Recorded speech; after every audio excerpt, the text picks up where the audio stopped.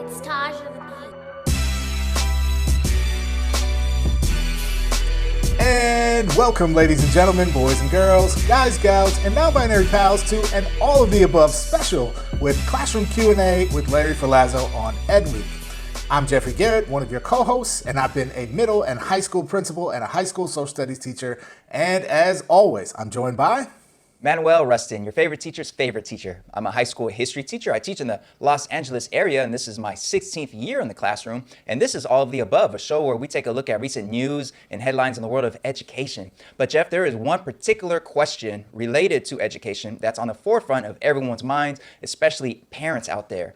And that's the question of what will schools look like this fall?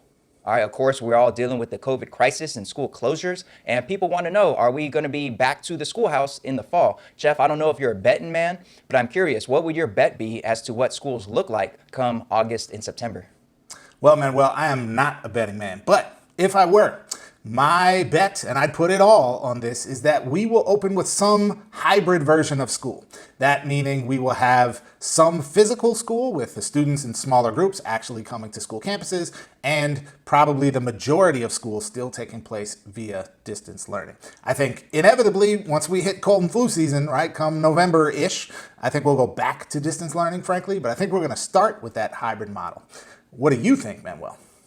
Yeah, I love that, Jeff. You're wrong, but I love that idea of a hybrid model. I would bet the house on the fact that we are going to be fully distance learning from the first day of school deep into fall semester. That's what I think is going to happen. It's not what I want to have happen, but that's where I think we are headed. Yeah, interesting, because I know I've seen your Twitter feed. I've seen the tears flowing about missing school. So I'm intrigued to hear you say that. So tell us more. Why do you think that's how we will reopen school come fall?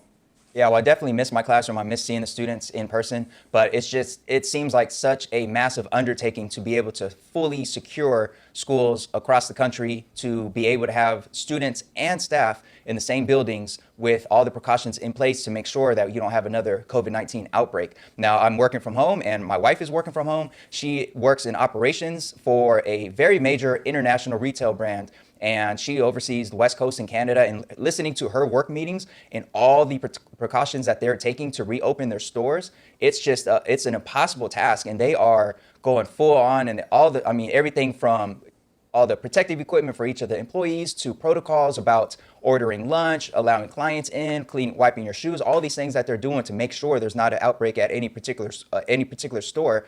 And I just note that the education system, as under-resourced as it is, it's going to be impossible for us to do anything similar to that. And it only takes 2 or 3 students or staff members at the same school campus to test positive for there to be a massive call for a shutdown, and just the liability there if a staff member or multiple staff members get sick despite a district saying that they've done everything they can to ensure that the workplace is safe. Just the litigation itself, just the threat of that, plus of course the human cost of the possibility of there actually being an outbreak. I just think it's too tall of a challenge, and I think schools are going to go the way of the Cal State University system and declare sooner rather than later, actually probably later, it should be sooner, but it's probably going to be deep into the summer before the official word comes down, that distance learning, unfortunately, will have to continue from the very beginning of next school year.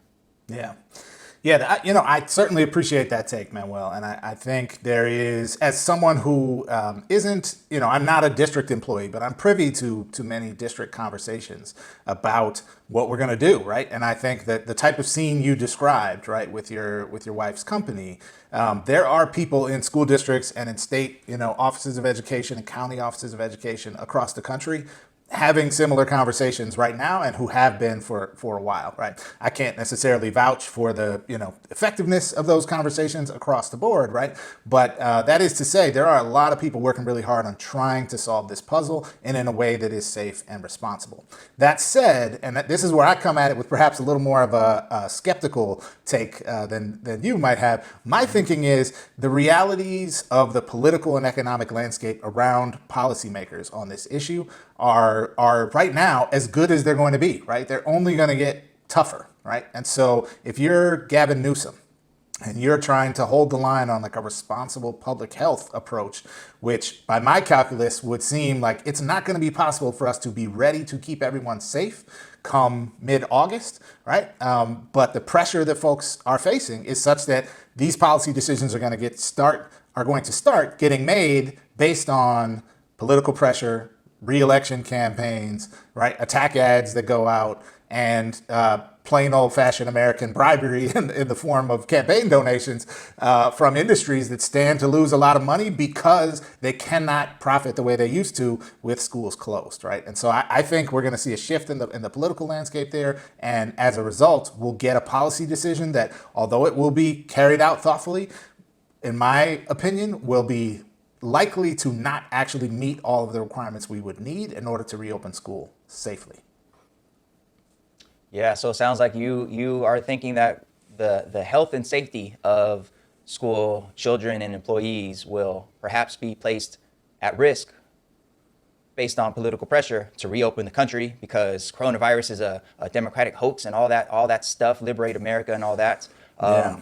I think I could definitely see that happening. I definitely agree that the pressure is mounting and from various areas, and some of that pressure might be also from parents who have their own work to do, and it's really difficult if you have multiple children in the household. If you're not able to send them off to school while you go to work, and so I could definitely see that happening, Jeff. I'm just hopeful that districts won't put anyone's safety at risk because of pressure like that. So that's why I think it's still going to be distance learning from day one. But I'm curious, Jeff. So if we do this hybrid model and eventually go back to distance learning, like you said, what do you think this should actually look like next school year?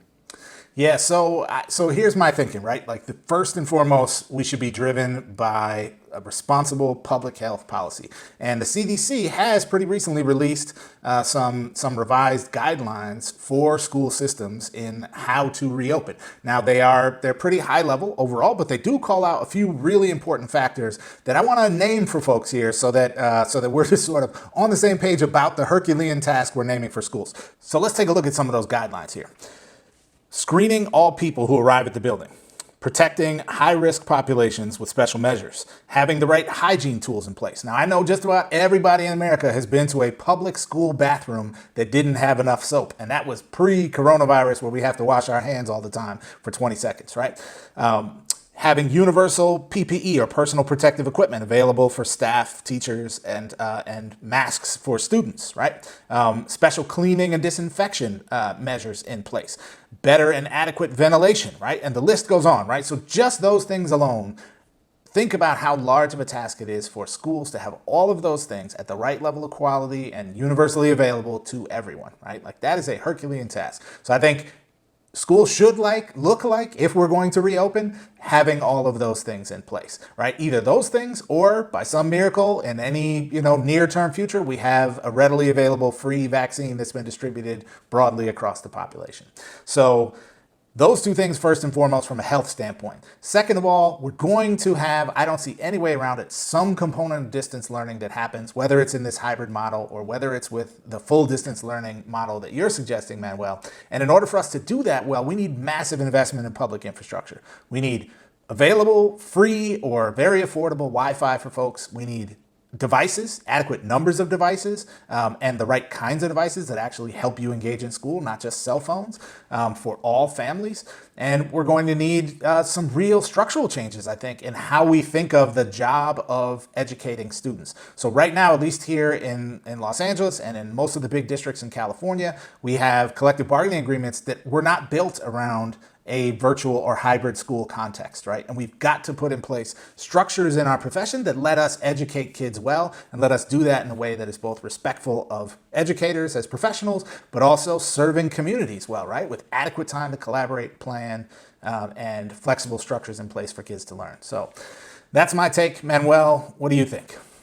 Yeah, so again, I think we'll be distance learning. It's not ideal, but I believe that's where we will be. So if that's the case, we have to do a much better job at it the second time around than we did the first time. The first time we were caught off guard, and it makes sense that it ended up being a mess. The second time, we won't be caught off guard. So some things I saw at certain schools across the nation that I think other schools should definitely look into is this idea of team teaching certain subjects. So there's certain schools where a few teachers did the synchronous direct instruction, and some other teachers did more of the support with students one-on-one or giving feedback for student assessments or whatever. I think the reality is teachers are all over the place with regards to how much training they've had at delivering any kind of online instruction, period. And one summer is not going to be enough to close those gaps between teachers for sure. So I think schools should look into having teams of teachers deliver the core content to students. There should be synchronous teaching to the extent possible. And for especially older students who might be working to help supplement their family's income, that synchronous teaching should be made available, recordings of it for them to look at later on if they aren't able to be there during the day because of work or because of family circumstances.